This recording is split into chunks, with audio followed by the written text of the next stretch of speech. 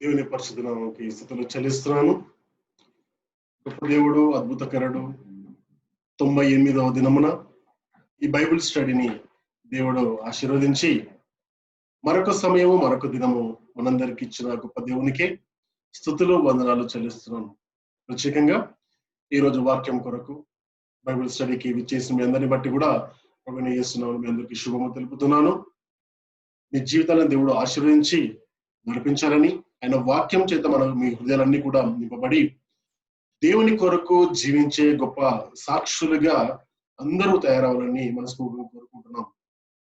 అయితే గత కొన్ని రోజులుగా మనము ప్రత్యేకంగా అపోస్తలుడైన పౌలు గారు ఎఫెసీయులకు రాసిన పత్రిక మనము ధ్యానించుంటున్నాము. అయితే ఈ రోజు మనము ధ్యానాంశము అపోస్తలుడైన పౌలు గారు రాసిన గలతీయులకు రాసిన పత్రికను మనము ఈ రోజు నుండి ధ్యానించబోతున్నాం. అయితే ఒక్కసారి మనము కొన్ని నిమిషాలు క్లుప్తంగా ఎఫెసీ పత్రికలోని సారాంశం ఒకసారి మనము గుర్తు చేసుకున్నట్టయితే గలతీ పత్రికలో ఉన్న విషయాలు ఇంకా కొద్ది డీటెయిల్ గా మనకు అర్థమవుతాయని నేను ఒకసారి కొన్ని నిమిషాలు నేను ఎఫెసీ పత్రికలో వచ్చిన ధ్యానాన్ని చేయాలని ఇష్టపడుతున్నాను. అయితే ఎఫెసీ పత్రికలోని విషయాలు మనం చూసినట్లయితే కనుక మొదటి నుండి కూడా అపోస్తలుడైన పౌలు గారు ఒక పాయింట్ పైన ఫోకస్ చేశారు. మొట్టమొదటిగా ఎఫెసీ పత్రిక అనగానే మనకు గుర్తు రావాల్సింది ఐక్యత. ఐక్యత గురించే ఆ పత్రిక మొత్తం కూడా రివాల్వ్ అవుతూ ఉంటుంది. సో క్రీస్తులో మనం ఐక్యతగా ఉండాలి అన్నది దేవుని యొక్క అనాది సంకల్పం. క్రీస్తులో ఐక్యత కలిగిన వారందరూ కూడా దేవుని కుమారులుగాను, ఆయన సృష్టించిన పరలోక రాజ్యంలో తమతో పాటు నివాస స్థలాలు మన కొరకు నిర్మాణం చేసిన దేవాదేవునితో పాటు పరలోక రాజ్యం అందరం ఉండాలనేది దేవుని యొక్క అనాది సంకల్పం. అయితే పరలోక రాజ్యంలో లేదా ఆత్మీయ సంబంధమైన ఎన్నో వరాలను దేవుడు మనందరికీ అనుగ్రహించి మనం నేర్పించిన మాట ఏంటంటే, దేవునికి మనకు తెగిపోయిన సంబంధము, పాపం ద్వారా తెగిపోయిన ఆ సంబంధాన్ని నిర్మించడానికి యేసుక్రీస్తు ప్రభువారు ఈ లోకానికి వచ్చి శరీరధారిగా మారి మనుషులను దేవునితో, తండ్రి అయిన దేవునితో కలపడానికి ఈ లోకానికి ఆయన వచ్చారు. సమాధానము కొదువైంది. దేవునికి మనుషుల మధ్యలో సమాధానం కొదువైంది. ఎందుకు కొదువైందంటే, ఎప్పుడైతే మనుషులు పాపము చేశారో దేవునికి దూరం అయ్యారు, ఆత్మీయంగా మరణించారు. పాపం ద్వారా వచ్చు జీతము మరణము, దేవునితో ఎడబాటు. ఎవరైతే మనుషులు పాపము చేస్తున్నారో వాళ్ళందరూ కూడా దేవునికి ఎడబాటుగా దూరంగా ఉన్నవారే. అయితే ఈ విధంగా మనందరం కూడా ఆది తల్లిదండ్రులు చేసిన పాపను బట్టి మనకు జన్మ పాపం అనేది వచ్చింది. మనం చేస్తున్న పాపాలను బట్టి మనకు క్రియాపాపం అనేది కూడా మనకు వచ్చింది. ఈ జన్మ పాపాన్ని, క్రియాపాపాన్ని దేవుడు ఒక్కసారి సిలువ వేసి, తన సిలువ వేసి మనందరినీ కూడా దేవుని యొక్క కుమారులుగా, ఆది మన తల్లిదండ్రులైన ఆదాము అవ్వను దేవుడు ఏ విధంగా సృజించాడో అదే విధంగా పవిత్రులుగా మనల్ని చేయాలనేది దేవుని యొక్క ఆకాంక్ష. అయితే దీనికి ఒక ప్రక్రియ ఉంది, ప్రణాళిక ఉంది. మనందరం కూడా ఆది తల్లిదండ్రులాగానే వాళ్ళు పుట్టినప్పుడు ఏ విధంగా పవిత్రులు ఉన్నారో మనం కూడా అటువంటి పవిత్రతలోకి రావాలి, పరిశుద్ధతలోకి రావాలి అన్నది అనాది సంకల్పం. ఈ అనాది సంకల్పము ఎవరి ద్వారా నెరవేర్చబడుతుంది? ఈ అనాది సంకల్పం ఎవరి ద్వారా నెరవేర్చబడితే సక్రమంగా ఉంటుందని ఆలోచించినప్పుడు యేసుక్రీస్తు ప్రభువారు మాత్రమే ఈ అనాది సంకల్పాన్ని నెరవేర్చగలరని, పరలోక రాజ్యాన్ని వీడి పరిశుద్ధునిగా ఈ లోకంలో జన్మ పాపం లేకుండా, క్రియాపాపం లేకుండా ఈ లోకంలో పుట్టి మనుష్యులుగా ఈ లోకంలో జీవించి మనం ఏ విధంగా బ్రతకాలో మనకు నేర్పించి, ఆయన మన కొరకు చనిపోయి మనం పొందవలసిన శిక్షను, మన పాపాన్ని తన భుజాల పైన తను వేసుకొని పరలోక రాజ్యానికి మనందరినీ కూడా తీసుకెళ్ళడానికి దేవుని యొక్క ఉద్దేశం. అయితే ఇంత మాత్రాన ఏవైతే విషయాలు మనకు యేసుక్రీస్తు ప్రభువు నేర్పించారో ఆ విషయాలు, ఆ పద్ధతులు, ఆ మర్మాలన్నింటినీ విషదపరుస్తూ పరిశుద్ధాత్మ దేవుడు ప్రతి ఒక్కరి హృదయంలో ఆయన నివసిస్తూ ఆదరణకర్తగా ఉంటూ యేసుక్రీస్తు ప్రభువారు నేర్పించిన ప్రతి ఒక్క మాటను మనందరికీ గుర్తు చేస్తూ ఆయన మనని పరిశుద్ధులుగా ప్రతి దినము కూడా మనని క్లీన్స్ చేస్తూ ఉన్నాడు. అయితే ఈ పవిత్రతలోకి, ఈ పరిశుద్ధతలోకి, దేవుని యొక్క ఐక్యతలోకి, దేవునితో పాటు సమాధానంలోకి, దేవునికి మనకు దూరం మనకు దేవునికి మధ్యలో పెరిగిన ఆ దూరాన్ని దగ్గర చేయడానికి, దేవుని మనల్ని కలపడానికి, పరలోక రాజ్యంలో తండ్రి ఎదుట పరిశుద్ధులుగాను నిర్దోషులుగాను మనం అందరము ఉండడానికి ఒక ప్రాసెస్ దేవుడు డిజైన్ చేశాడు. ఆ ప్రాసెస్ ఏంటంటే, యేసుక్రీస్తు ప్రభు వారి పైన ఎవరైతే విశ్వాసం ఉంచుతారో వీళ్ళలో రెండు రకాలుగా ఉంటారు. ఒకరు యూదులుగా ఉన్నారు, రెండో వారు అన్ని జనులుగా ఉన్నారు. యేసుక్రీస్తు ప్రభు ఎప్పుడైతే వచ్చారో, అంటే ఎప్పుడైతే యేసుక్రీస్తు ప్రభు ఈ లోకానికి వచ్చినప్పుడు యూదులు అన్య జనులు అనే తేడా లేకుండా దేవుడు చేసిన పని అంటే వీళ్ళిద్దరిని ఒక్కటి చేశారు. వీళ్ళ మధ్యలో ఉన్న ద్వేషము ధర్మశాస్త్రం ద్వారా వచ్చింది కాబట్టి ఆ ధర్మశాస్త్రాన్ని దేవుడు ఏం చేశారంటే దాన్ని వ్యతిరేకించి తీసివేసి వాళ్ళ మధ్యలో వీళ్ళిద్దరిని కూడా ఒక్క శరీరంగా చేసి ఆ శరీరానికి ఒక శరీరంగా మార్చి యూదులు అన్య జనులు కలిసి దేవుని యొక్క శరీరము, దేవుని యొక్క సంఘంలో పాలి భాగస్తులుగా ఉన్నట్టు చేసి ఆ సంఘానికి క్రీస్తు శిరస్సుగా ఉండి వాళ్ళందరినీ కూడా విశ్వాసము చేత పరిశుద్ధులుగా మార్చారు. సో ఎవరైతే యేసుక్రీస్తు ప్రభువుని నమ్ముతారో, ఎవరైతే యేసుక్రీస్తు ప్రభువుని అంగీకరిస్తారో వాళ్ళందరికీ దేవుడు ఇచ్చిన బిరుదు తెలుసా?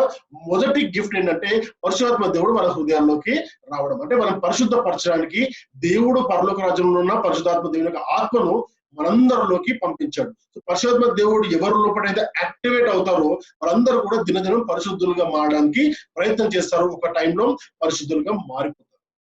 ఓకే, ఎవరైతే పాపాన్ని అలవాటుగా చేసుకున్న వాళ్ళలో పరిశుద్ధాత్మ దేవుడు లేడన్న విషయం మనము ఇక్కడ క్లియర్ మనకు అర్థమవుతుంది. సో ఈ క్రీస్తు పైన విశ్వాసం ఉంచిన వారందరూ కూడా పరిశుద్ధులు అవుతారు, దేవునికి విధేయులుగా ఉంటారు, దేవుని సన్నిధిలో పరిశుద్ధులుగా మారి పవిత్రులుగా మారి దేవుని యొక్క కుమారులుగా మారతారు.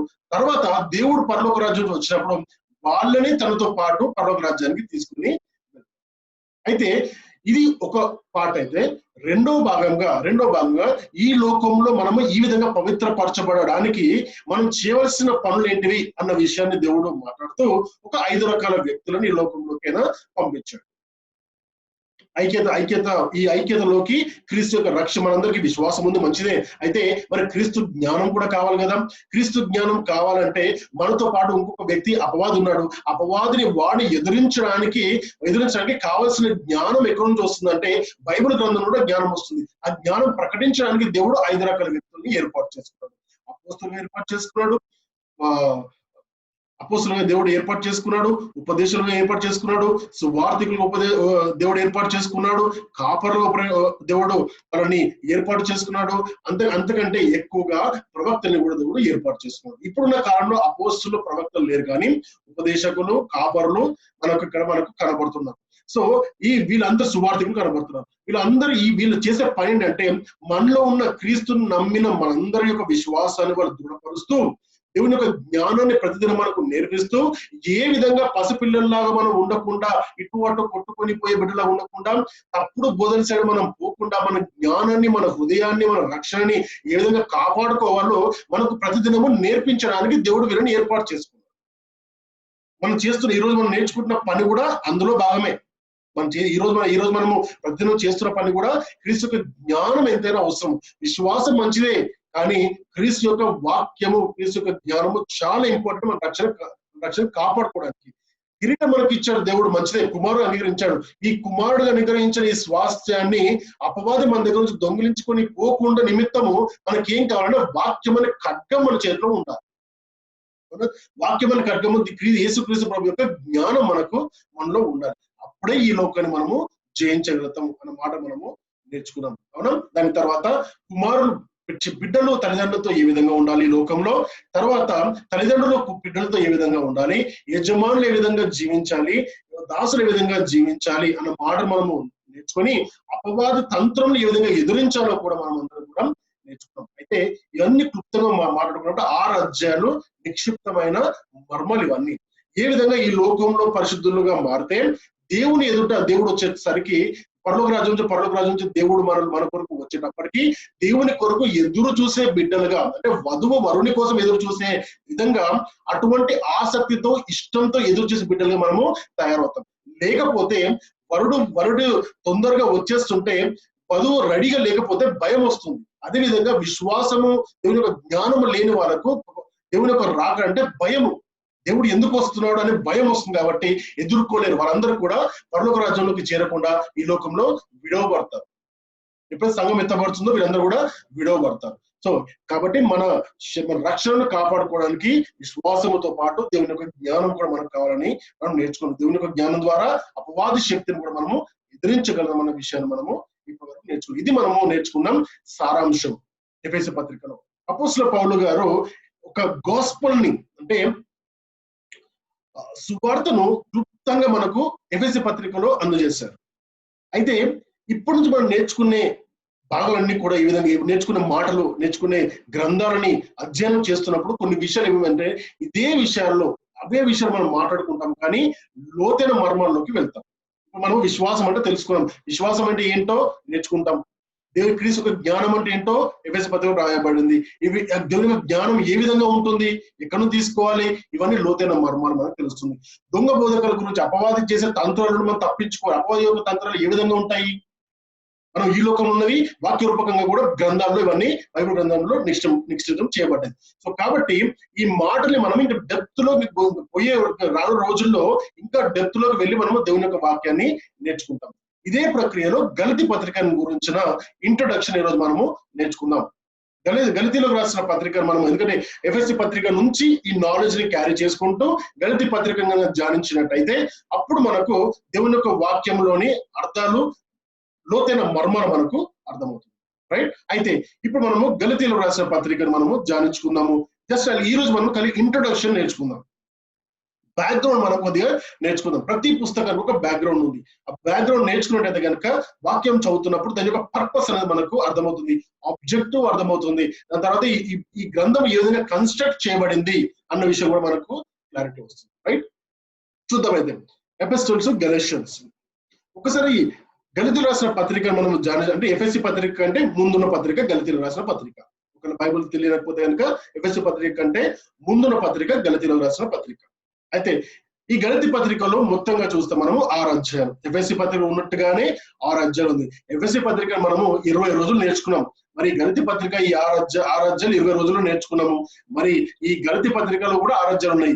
దేవుని నుంచి అడుగుదాం ఎన్ని రోజుల్లో దేవుడు మనకు కంప్లీట్ చేస్తాడు, దేవుని యొక్క వాక్యం మనకు క్లుప్తంగా ఈ విధంగా నేర్చుకోవడానికి ప్రయత్నం చేద్దాం. రైట్. స్లోగా వెళ్దాము కానీ డీటెయిల్ గా మనము వెళ్దాము. రైట్. అయితే ఎఫెసీ ఈ గలతీ పత్రికను అపోస్తలుడైన పౌలు గారు ఎప్పుడు స్థాపించబడంటే గలతీ సంఘం గురించి మనం ఒకసారి ఆలోచించినట్టయితే అపోస్తలుడైన పౌలు గారు ఎప్పుడైతే ఫస్ట్ మిషనరీ జర్నీ, అవునా, ఫస్ట్ మిషనరీ జర్నీ గురించి మనం నేర్చుకున్నాం. పౌలు గారు గురించిన జీవితాన్ని మనం ధ్యానించినప్పుడు పౌలు గారు చేసిన మిషనరీ జర్నీస్ నేర్చుకున్నాం మనం. దాదాపు చాలా మంది నమ్మే విషయం అంటే పౌలు గారు 5 మిషనరీ జర్నీస్ చేశారని అంటారు.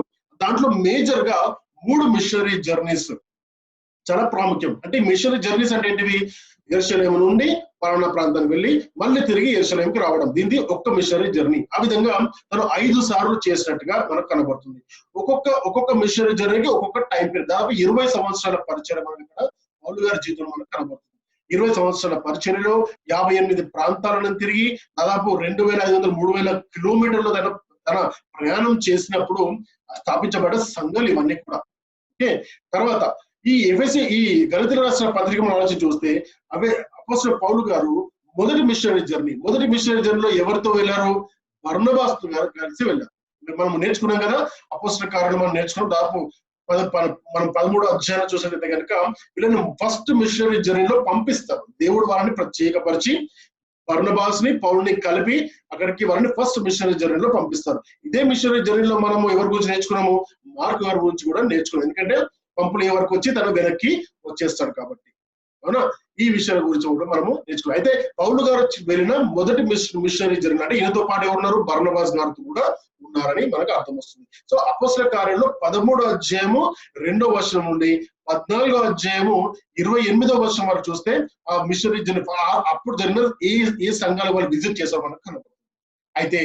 అయితే ఆయన అపోస్తలుడైన పౌలు గారు మొదటి మిషనరీ జర్నీలు వెళ్ళినప్పుడు ఈ సంఘాన్ని గలతీ అనే సంఘాన్ని ఆ గలతీ అనే ప్రాంతంలో ఈ సంఘాన్ని ప్రారంభించారు. అయితే వీళ్ళకు లెటర్ రాయడము, ఈ పత్రిక రాయడం అది ఎప్పుడు రాశారంటే 49 AD 49 క్రీస్తు శకము 49వ సంవత్సరంలో ఆయన ఎప్పుడైతే తిరిగి అంత్యోక్య ప్రాంతంలో ఉన్నప్పుడు, అంత్యోక్య సంఘం దగ్గర తను ఉన్నప్పుడు అక్కడ అతను రాస్తున్నట్టు మనకు కనబడుతుంది. అంటే ఈ 49 ఏడికున్న ప్రాముఖ్యత లేదా 50 ఏడికున్న ప్రాముఖ్యత ఏంటో తెలుసా? 50 AD అంటే క్రీస్తు శకం 50వ సంవత్సరంలో మేబీ అనుకుంటాను ఈ పత్రిక రాసిన తర్వాత అపోస్తలుడైన పౌలు గారు బర్నబాస్ గారు కలిసి యెరూషలేముకు వెళ్ళి అక్కడ యెరూషలేములో ఉన్న అపోస్తలులకు పౌలు గారికి ఒక గొప్ప వాగ్వాదం జరిగింది, ఒక గొప్ప డిబేట్ జరిగింది. ఆ డిబేట్ ఏంటంటే ఆ డిబేట్ మనము అపోస్తలుల కార్యాలు 15వ అధ్యాయం మనకు కనబడుతుంది. అంటే అక్కడ కొన్ని రకాల 4 రకాల విషయాల గురించి మనం మాట్లాడతారు. అంటే అన్ని జనులు యేసుక్రీస్తు ప్రభు నమ్ముకోవడానికి వాళ్ళు యూదా మతాన్ని వాళ్ళు పుచ్చుకోవాలా, యూద మతంలోకి వాళ్ళు రావాలా, సున్నతి చేసుకోవాలా, యూదుల పండుగ వాళ్ళు ఆచరించాలా, ఇవన్నీ పద్ధతుల గురించి వాళ్ళు మాట్లాడుకొని ఒక కన్క్లూజన్కి వస్తారు 50 AD లో. దీన్నే యెరూషలేములో జరిగిన సమ్మిట్, చాలా ఇంపార్టెంట్ సమ్మిట్ అది. ఎందుకంటే అప్పటి వరకు అన్అఫిషియల్ గా పౌలు గారు ఎన్నో ప్రాంతాలకు వెళ్ళి విశ్వాసం గురించిన విషయాన్ని అయినా అక్కడ ప్రొక్లెయిమ్ చేస్తున్నప్పుడు అక్కడ వెళ్ళిన ప్రతి దగ్గర కూడా కొరింథీ సంఘం కానివ్వండి, గలతీ సంఘం కానివ్వండి, అంత్యోక్య సంఘంలో కానీ ఎక్కడ వెళ్ళినా కూడా ఈ యొక్క ప్రాబ్లం ఆయనకు ఎవరితో వచ్చేదంటే యూదులతో వచ్చేది. ఆ ప్రాబ్లం అనేది గలతీ పత్రికలు చాలా క్లియర్ గా మనకు కనబడుతుంది. సో యూదులు అంటే యేసుక్రీస్తు ప్రభు యొక్క దేవుని యొక్క పిల్లలు అవ్వడానికి దేవుడు ఇచ్చిన ధర్మశాస్త్రం ఫాలో అవ్వాలా, లేదా క్రీస్తుని నమ్ముకొని తనపైన విశ్వాసం ఉంటే సరిపోతుందా? ఇది అనేది డిబేటబుల్ టాపిక్. అప్పట్లో చాలా పెద్ద డిబేటబుల్ టాపిక్ అది. సో ఆ టాపిక్ ని జస్ట్ బిఫోర్ 1 సంవత్సరం ముందే, అంటే 49వ AD లో, క్రీస్తు శకం 49లో ఈ పత్రికను రాసిన తర్వాత 50 సంవత్సరంలో బర్నబా గారు మరియు పౌలు గారు యెరూషలేముకి ప్రయాణమై అక్కడ పెద్ద డిబేట్ జరిగినప్పుడు పౌలు గారి యొక్క వాక్యాలు అక్కడ అవే కరెక్ట్ అంటే మనకు నిరూపణ జరుగుతుంది. రైట్.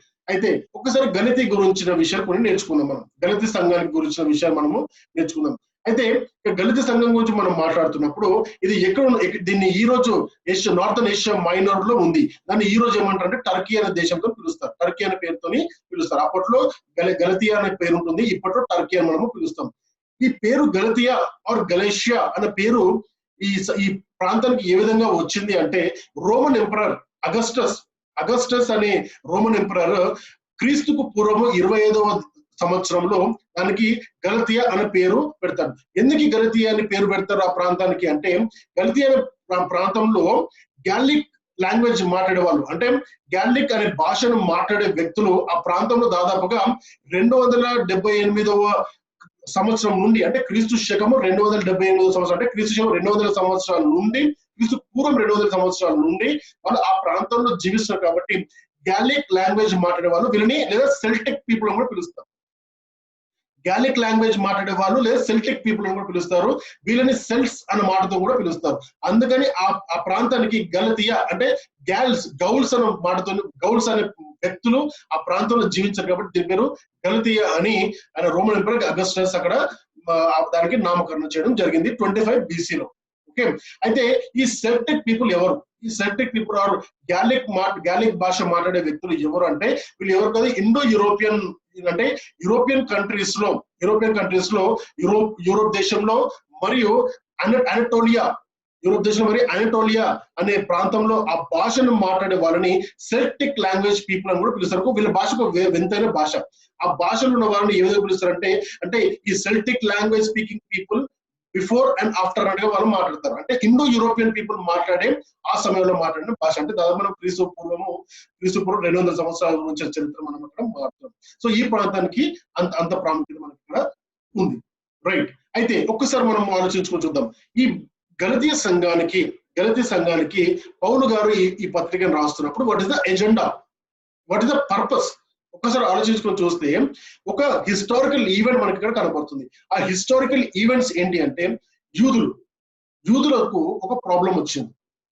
యేసుక్రీస్తు ప్రభువుని నమ్మిన యూదులందరూ, అంటే యూద ఆచారంలో ఉన్న వాళ్ళందరూ కూడా, అంటే మోషే ధర్మశాస్త్రాన్ని ఫాలో అవుతున్న వాళ్ళందరినీ కూడా యూదులను పిలుస్తారు. అంటే అబ్రహాం సంతానం 12 మంది గోత్రకర్తలు, వీళ్ళందరూ యూదులే. వీళ్ళందరూ కూడా యూద మతాన్ని వాళ్ళు పాటిస్తున్నారు. యూద మతం అంటే ఏంటి? ధర్మశాస్త్రంలో చెప్పిన అన్ని పద్ధతులను ఆచారాలను చేసే వ్యక్తులు వాళ్ళు పాటిస్తున్నారు. దేవుని కుమారులుగా వాళ్ళు చలామణి అవుతున్నారు. కానీ మనం పాత నిబంధన గ్రంథం మనం ధ్యానించినప్పుడు కొన్ని విషయాలు నేర్చుకున్నాం. పద్ధతులు పాటించినంత మాత్రం, ధర్మశాస్త్ర పద్ధతులు పాటించినంత మాత్రాన మనుషులను దేవుడు యాక్సెప్ట్ చేశాడా, లేదా విశ్వాసం ఉంచిన వ్యక్తులను దేవుడు యాక్సెప్ట్ చేశాడు? అబ్రహాం దేవుడు ఎన్నుకోవడానికి, దావీదుని దేవుడు ప్రేమించడానికి, మోషేని దేవుడు ఎన్నుకోవడానికి రీజన్స్ ఒకసారి దానియేలుని దేవుడు అప్రిషియేట్ చేయడానికి కొన్నిసార్లు ఆలోచించి చూస్తే వాళ్ళు చేసిన పద్ధతులు, వాళ్ళ ఆచారాలను బట్టి దేవుడు వాళ్ళని అంగీకరించాడా, లేదా వాళ్ళు దేవుని పైన ఉంచిన విశ్వాసాన్ని దేవుడు చూసి వాళ్ళని గొప్ప వ్యక్తులుగా చేశాడా? ఖచ్చితంగా యూదులందరినీ కూడా, అంటే యూదుల గురించి మాట్లాడుతున్న యూదులందరినీ కూడా దేవుడు ఏర్పాటు చేసుకున్న విధానం ఏంటంటే వాళ్ళు ఆచరించే ఆచారాల బట్టి కాదు, కానీ వాళ్ళు దేవుని పైన చూపించిన విశ్వాసం బట్టి వాళ్ళని దేవుడు ఎన్నుకున్నాడు, ఆదరించాడు. రైట్. అయితే సేమ్ ఇదే ప్రాబ్లం ఫస్ట్ సెంచరీలో, అంటే ఎప్పుడైతే క్రీస్తు జన్మించిన తర్వాత, తను చనిపోయి పరలోక రాజ్యానికి అబ్రహాము వెళ్ళిపోయిన తర్వాత, తను సువార్త ప్రపంచ వ్యాప్తంగా వ్యాపించి వెళుతున్నప్పుడు యూదులందరికీ ఒక ప్రాబ్లం వచ్చింది. That is called dual identity. It's called dual identity. Dual identity అంటే ఏంటి? ద్వంద్వ ఐడెంటిటీ అంటే రెండు ఆధార్ కార్డులు ఉండడం.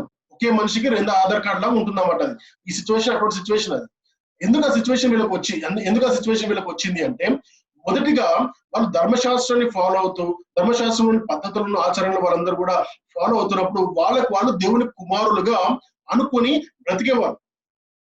దేవుని కుమారులు వాళ్ళందరినీ అంటే దేవుని కుమారులని ఎవరు అని ధర్మశాస్త్రం చెప్తుందంటే, ఈ ధర్మశాస్త్రాన్ని ఫాలో అయ్యే వాళ్ళు దేవుని కుమారులు, లేదా యూదులే దేవుని కుమారులు. అంటే ఇశ్రాయేలు అంటే దేవుని కుమారుడు అని అర్థం. అవునా?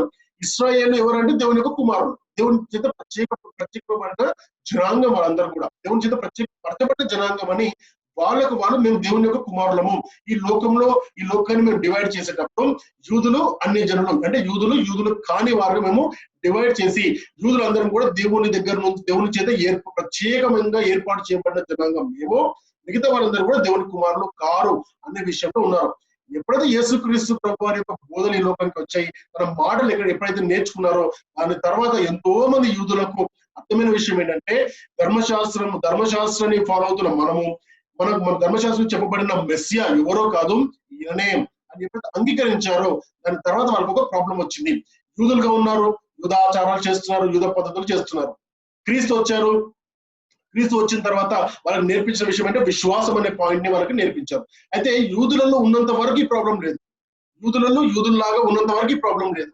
కానీ ఎప్పుడైతే అన్ని జనులు, వీళ్ళందరికీ ఒక జాబ్ ఇవ్వబడింది. యూదులను యేసుక్రీస్తు ప్రభువుని మెస్సీగా అంగీకరించి క్రైస్తవులుగా మారిన తర్వాత వీళ్ళందరికీ ఒక జాబ్ ఇవ్వడం జరిగింది, ఆ పని ఇవ్వడం జరిగింది. ఆ పని ఏంటంటే అన్ని జనుల దగ్గరికి వెళ్ళి దేవుని యొక్క విశ్వాసాన్ని చెప్పాలి. అపోస్తులు యూదులే కదా, అపోస్తులు యూదులే. తర్వాత యూదులు వెళ్ళి అన్ని జనులకు ఎప్పుడైతే సువార్త ప్రకటిస్తారో వీళ్ళకి ఒక కన్ఫ్యూజన్ వచ్చింది. ఆ కన్ఫ్యూజన్ ఏంటంటే, ఇప్పుడు మనము అన్ని జనుల దగ్గరికి వెళ్ళి వాక్యం చెప్తున్నప్పుడు వీళ్ళు చెప్పే వాక్యాన్ని మనం ఏ విధంగా యేసుక్రీస్తు ఇంట్రొడ్యూస్ చేయాలి? అన్ని జనుల్ని యూదుల్లాగా కన్వర్ట్ చేసి, మేము ఫాలో అయ్యే ధర్మశాస్త్రంలోని అన్ని ఆచారాలు పెట్టి వీళ్ళని ఈ దీంట్లోకి తీసుకురావాలా, లేదా యేసుక్రీస్తు విశ్వాసం చాలు దేవుని పిల్లలు అవుతారు? వీళ్ళకి ఒక ప్రాబ్లం వచ్చింది. అంటే మేము ధర్మశాస్త్రం ఫాలో అయినప్పుడు దేవుని కుమారులు ఏదో అనుకున్నాము, ఇప్పుడు మళ్ళీ యేసుక్రీస్తు ప్రభు పైన విశ్వాసం వస్తే దేవుని కుమారులు అంటారు ఏంటి? ఈ రెండు ఐడెంటిటీ ఏంటి? Law versus faith in Jesus Christ, or legalism versus faith. ఈ ప్రాబ్లం ఫస్ట్ సెంచరీలో వచ్చింది. ఇదే ప్రాబ్లం గలతీ సంఘానికి కూడా వచ్చింది. గలతీలకు ఎప్పుడైతే అపోస్తలుడైన పౌలు గారు ఫస్ట్ మిషనరీ జర్నీలో అక్కడికి వెళ్ళి ఆ సంఘాన్ని స్థాపించారో, వారు మంచిగా అన్ని జనులు, గలతీలందరూ కూడా అన్ని జనులు అందరూ కూడా దేవుని నమ్మి, అక్కడ ఉన్న జనాలు ఎంతో మంది దేవుని నమ్ముకొని క్రీస్తును అంగీకరించినప్పుడు కొంతమంది యెరూషలేము నుండి యూదులు అక్కడికి వెళ్ళి వాళ్ళకు ఏమని చెప్పారంటే, పౌలు చెప్పిన సువార్త నిజమైన సువార్త కాదు, మేము చెప్పే సువార్త నిజమైన సువార్త. ఆ సువార్త ఏంటంటే మీరందరూ కూడా యూదులుగా మారాలి, మీరందరూ కూడా సర్కంసిషన్ చేసుకోవాలంటే సున్నత చేసుకోవాలి. సున్నత చేసుకున్నప్పుడే మీరు మీ పాపాల నుండి విడుదల చేయబడతారు. ఇదే అబ్రహాము చేశాడు, ఇసాకు చేశాడు, యాకోబు, వీళ్ళందరూ కూడా అదే చేశారు. అపోస్తుల్లో ఎవరైతే యెరూషలేము నుండి వచ్చిన అపోస్తులు ఉన్నారో, అపోస్తులు అందరూ కూడా ఇదే పని చేస్తున్నారు. అయితే పౌలు గారు చెప్పిన మాటలు ఏవైతే ఉన్నాయో, ఈ విశ్వాసం అనే కాన్సెప్ట్ ఏదైతుందో అది కంప్లీట్లీ రూల్డ్ అవుట్. యేసుక్రీస్తు విశ్వాసం ద్వారా ఎవరు దేవుని కుమారులు అనబడరు, కానీ ధర్మశాస్త్రాన్ని ఫాలో అవుతేనే దేవుని యొక్క కుమారులు అనబడతారు. ఇది ఒక బోధ అనేది అప్పట్లో ఫేమస్ అయిపోయింది. దీంట్లో గలతీలు చేసిన తప్పు ఏంటంటే, అందుకే అంటాను గలతీలు చేసిన తప్పు ఏంటంటే, వాళ్ళు అపోస్తలుడైన పౌలు గారు నేర్పించిన బోధ నుండి స్లోగా తప్పిపోయి యూదా ఆచారాల్లోకి, వాళ్ళు ఎవరైతే చెప్పారు కదా, వాళ్ళు వచ్చి యూదులుగా ఉండి యెరూషలేము నుంచి వచ్చాము, మేము దేవుని యొక్క వాక్యం తీసుకొచ్చాము, అపోస్తలుడైన పౌలు గారు చెప్పిన బోధలు తప్పు, ఈ బోధ యూదా మతంలోకి మీరు అందరూ రావాలి అని ఈ బోధలు ఎప్పుడైతే గలతీ సంఘానికి ఇచ్చారో, గలతీలో ఏం చేశారంటే అపోస్తలుడైన పౌలు గారు నేర్పించిన బోధ నుండి మెల్లగా తప్పిపోయి వాళ్ళు సున్నతి చేయించుకోవడము, పద్ధతులు అక్కడ యూదుల పద్ధతులు పాటించడము, ఆచారాలు పాటించడము, బలులు అర్పించడం, ఇవన్నీ చేయడము స్టార్ట్ చేశారు. అప్పుడు పౌలు గారికి ఎప్పుడైతే ఇన్ఫర్మేషన్ తెలిసిందో ఇమ్మీడియట్ గా వాళ్ళకు ఒక లెటర్ రాశారు. కోపంగా రాసిన లెటర్ ఇది. ఈ లెటర్ మొత్తంలో ఏమంటే పౌలు గారు కోపంగా ఉద్రేకంగా రాసిన లెటర్ లాగా మనకు కనబడుతుంది. ఎందుకంటే గలతీలో ఒక గలతీ చేసారు. ఆ గలతీ ఏంటంటే నిజమైన బోధ నుండి తప్పిపోయి అబద్ధమైన బోధ సైడ్కి వాళ్ళ చెవులను అప్పచెప్పారు. వాళ్ళ హృదయాలని అబద్ధమైన బోధ సైడ్ వెళ్ళిపోయారు. అబద్ధమైన బోధ అంటే ఏంటి? ఇక్కడ మనందరం నేర్చుకుందాం. అబద్ధమైన బోధ అంటే ఏంటి? కొన్ని విషయాలు మనం తెలుసుకోవాలి. అబద్ధమైన బోధ ఏంటో తెలుసా? ఈ విషయంలో అబద్ధ బోధ ఏంటంటే దేవుని దగ్గరికి వచ్చిన వ్యక్తులు ఆచారాల బట్టి దేవుని యొక్క ఫేవర్ ని కోరుకుంటున్నామా, లేదా దేవుని క్రీస్తు పైన విశ్వాసం ద్వారా దేవుని యొక్క ఫేవర్ ని కోరుకుంటున్నామా? ఈ question legalism versus faith. Legalism versus faith అంటే ఆచారబద్ధమైన విశ్వాసంలో మనం ఉన్నామా, లేదా నిజమైన క్రీస్తుని నమ్మిన విశ్వాసంలో మనం అందరము ఉన్నామా? ఇది మనం అందరం వేసుకోవాల్సిన క్వశ్చన్ ఈరోజు. ఎందుకు ఈ పాయింట్ నేను హైలైట్ చేస్తున్నానంటే ఈ రోజున సంఘాల్లో కూడా ఎన్నో భయంకరమైన ఆచారాలు అనేది ఈ లోకంలోకి వచ్చేసాయి, పద్ధతులు వచ్చేసాయి. కొంతమంది అంటారు నువ్వు బంగారం వేసుకోవద్దని, కొంతమంది గాజులు వేసుకోవద్దని, కొంతమంది తెల్లచీరలు కట్టుకోవాలని, కొంతమంది రకరకాల మేకప్ గురించి మాట్లాడతారు. ఇంకా కొంతమంది ఇండ్లలో నువ్వు పసుపు అనేది రానివద్దు అంటారు. రకరకాలుగా అంటే హైందువులు కనిపించినప్పుడు లేదా ఇంకెవరైనా కనిపించినప్పుడు వీళ్ళందరూ కూడా చీడ పురుగులాగా వాళ్ళని చూడడము, అంటే వీళ్ళందరూ పాపాత్ములని మాట్లాడము, ఆ భాషను మాట్లాడే ఒక రకంగా. అంటే ఎటువంటి ఆచారాలు సంఘంలోకి వచ్చాయంటే విశ్వాసాన్ని కోల్పోయి పద్ధతుల్లో పైన ఫోకస్ ఎక్కువైంది. ఉదయం 10 గంటలకు ఆరాధన అయితే 10 గంటలకు ఆరాధనకు వారు రావడం మీద ఉన్నంత ఫోకస్ వాక్యం వినే దాని మీద ఉండదు. రోజుకు 4 సార్లు ప్రార్థన చేయాలన్న దానిపైన ఉన్న ఫోకస్ ప్రార్థనలో ఏ అంశాల గురించి మాట్లాడుతున్న దానిపైన ఉండదు. దేవుని యొక్క వాక్యాన్ని వినాలి, వినకపోతే ఏం తప్పవుతుందో దాని మీద ఉన్న ఫోకస్ వాక్యం ఏం చెబుతున్నారో దానిపైన ఉండదు. ఇది క్రైస్తవుల్లో ఉన్న భయంకరమైన పరిస్థితి. ఈ రోజు నిజమైన అబద్ధ బోధకులు చెప్పే మాటల సైడ్ ఎందుకు పోతున్నాయంటే నీ చెవులు దేని వినడానికి ఇష్టపడతాయో, నీ హృదయం దేని బట్టి సంతోషపడుతుందో ఆ వాక్యాల సైడ్ వెళ్తున్నావు. కానీ నిజంగా దేవుడి పైన విశ్వాసం ఉంచి దేవుడు మా బైబిల్ గ్రంథంలో ఏం నేర్పించాడో ఆ మాటల సైడ్ నీ హృదయాన్ని పెట్టవు. ఇదే ప్రాబ్లం. ఒకప్పుడు గలతీ సంఘానికి ఏ విధంగా ఆ ప్రాబ్లం వచ్చిందో యూదుల్లాగా మారాలని, ఇప్పుడు అదే విధంగా ఎన్నో రకరకాల ప్రతి సంఘానికి రకరకాల పద్ధతులు, రకరకాల బోధలు విశ్వాసంలో నుండి తొలగిపోయి ఆచారబద్ధమైన అంశాలపైన ఫోకస్ ఎక్కువైపోయి విశ్వాసం నుండి తొలగిపోతున్న క్రైస్తవం ఇది. సో నిజంగా చెప్పాలంటే ఈ రోజున ఆనాడున్న కాలమే కాకుండా ఈ రోజున్న కాలంలో కూడా గలతీ సంఘం లాగానే మనం కూడా గలతీలు చేస్తూనే ఉన్నాం. సో కాబట్టి మనం చాలా జాగ్రత్తగా ఉండాలనే విషయాన్ని మనం నేర్చుకుంటూ ఈ రోజు నేను ఈ వాక్యాన్ని మీకు నేర్పిస్తాను. ఇంట్రొడక్షన్ లో మనం నేర్చుకుంటున్నప్పుడు how people turn from faith to legalism, ఏ విధంగా మనుషులు దేవుని యొక్క విశ్వాసం నుండి వాళ్ళు పద్ధతుల సైడు, ఆచారాల సైడు, శరీరేచ్ఛల సైడ్ ఏ విధంగా టర్న్ అవుతారు అనేది గలతీ సంఘానికి రాసిన పత్రికలో కనబడుతుంది. ఎవరైతే వాక్యం నిజంగా బోధిస్తారో, పౌలు గారు కూడా బోధిస్తారో, ఆ పౌలు గారిని అబద్ధ బోధకుడుగా అనుకున్నారు వీళ్ళందరూ. అందుకని ఆయన తప్పిపోయారు. కానీ వాళ్ళు మర్చిపోయిన విషయం ఏంటంటే అపోస్తల పౌలు గారు చేసిన సువార్త మిగతా అపోస్తల కంటే కూడా ఎక్కువ చేసిన సువార్త ఆయన యూదుడే. కొద్ది ఇంట్రడక్షన్ కూడా మనకు ఆయన గురించి కనబడుతుంది. అయితే ఒక్క మాట నేర్చుకుందాం. మనము ఎఫెసీ పత్రిక మొత్తం నేర్చుకున్నప్పుడు, ఎఫెసీ పత్రిక మొత్తం ధ్యానించినప్పుడు ఒక్క మాటను గుర్తుపెట్టుకున్నాం. ఆ మాట ఏంటి? ఐక్యత గురించిన మాట నేర్చుకున్నాం. ఈ పత్రికలో, గలతీల పత్రికలో కూడా ఒక్క మాట మనం గుర్తుపెట్టుకోవాలి. గలతీ పత్రిక అనగానే మన మైండ్లోకి రావాల్సిన విషయం ఏంటో తెలుసా? ఫ్రీడమ్ అన్న మాట మనకు రావాలి. స్వతంత్రం గురించిన మాట ఇక్కడ కనబడుతుంది. అంటే పద్ధతుల ద్వారా మనుషులు బంధకాల్లోకి వెళ్ళిపోతున్నారు. యేసుక్రీస్తు ప్రభు ఆ బంధకాల నుండి మనని విడుదల చేసి స్వతంత్రులుగా దేవుడు మనని చేస్తున్న పాయింట్ ని సెంటర్ పాయింట్ గా చేసుకొని ఈ పత్రిక మనము ధ్యానించాం. సో దేవుడు మనకు రేపటి నుంచి అటువంటి మంచి అవకాశం ఇవ్వాలని నేను కోరుకుంటున్నాను. ఎవరు కూడా మనం మిస్ అవ్వకుండా ఈ ప్రతి 6 అధ్యాయాలు ఉన్న ప్రతి ఒక్క మాటని, హిస్టారికల్ ఎవిడెన్సెస్ ని, ఎందుకు విశ్వాసము వర్సెస్ లీగలిజం అంటే ఈ ఆచార పద్ధతులు ఒకవైపు ఉంటే దేవుని పైన విశ్వాసము ఒకవైపు, ఈ రెండింటి మధ్యలో ఉన్న వ్యత్యాసము, ఏ విధంగా మనము దేవుని కుమారులుగా మారుతాము అన్న విషయాన్ని మనము డీటెయిల్ గా రేపటి నుండి నేర్చుకుందాం. దేవుడి మీ అందరూ కూడా దీవించుగాక. కళ్ళు ముచ్చట చిన్న ప్రార్థన చేసుకుందాం.